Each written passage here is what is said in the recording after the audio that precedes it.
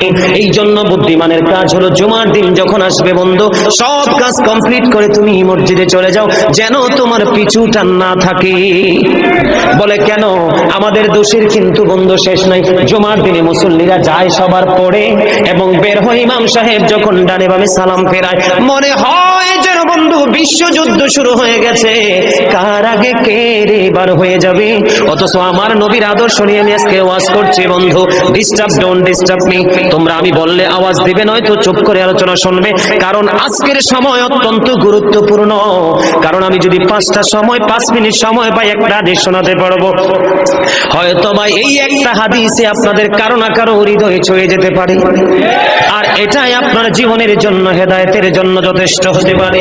বন্ধু, মুসল্লিরা যায় রে সবার পরে, বের হয়ে আসে সবার আগে, এটা মুসলমানের কখনো চরিত্র হতে পারে না। তাকওয়া সম্পূর্ণ ব্যক্তির আদর্শ কখনো হতে পারে না। হাদিস শরীফ খুলে দেখি বন্ধু, আমার নবী বলেছেন, রে আমার উম্মত, জুমার দিন সাইয়্যিদুল আইয়াম, সব দিনের চাইতে শ্রেষ্ঠ। ঈদুল ফিতর, ঈদুল আজহার দিনের চাইতেও দামি। এই জুমার দিনের ফজিলত বরকত নিয়ে আলোচনা করলে বন্ধু রাত একটাই কভার করা যাবে না, এত বরকত এই জুমার দিনের।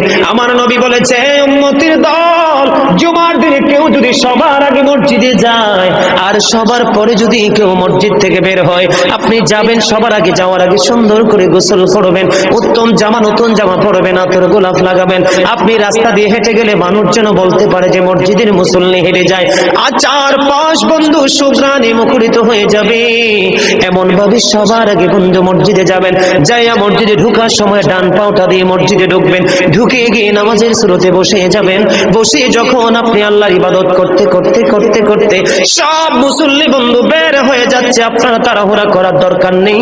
কারণ মনে রাখতে হবে, আসছি সবাই যেমনি একা একা, আবার যাব একা একা, হিসাবও দিতে হবে একা একা। পৃথিবীর সব মানুষ পর হয়ে গেল, আমার কোনো সমস্যা নেই। আমার আল্লাহ এবং নবী আমার আপন হলে আই এম ভেরি সাকসেস।